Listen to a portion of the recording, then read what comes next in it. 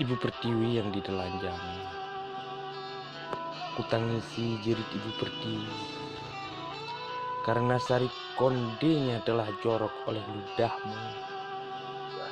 Kucintai merdunya suara azan, sebab ia lebih bermakna dari kidung perempuan tua yang tak laku. Kenapa tak kau kenal merdu suara azan? Bukankah ia menyambutmu ketika menjenguk dunia? Atau mungkin kau tak pernah mendengar itu?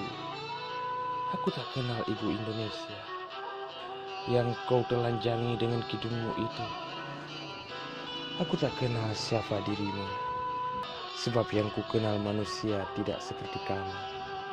Aku bangga pada leluhurmu, tapi aku kecewa kenapa mereka melahirkanmu. Ya Allah, kenapa dalam kurung ini ada saja orang-orang bodoh yang engkau kirimkan untuk kami? Terimalah taubat kami. Kami sadar di 2019 nanti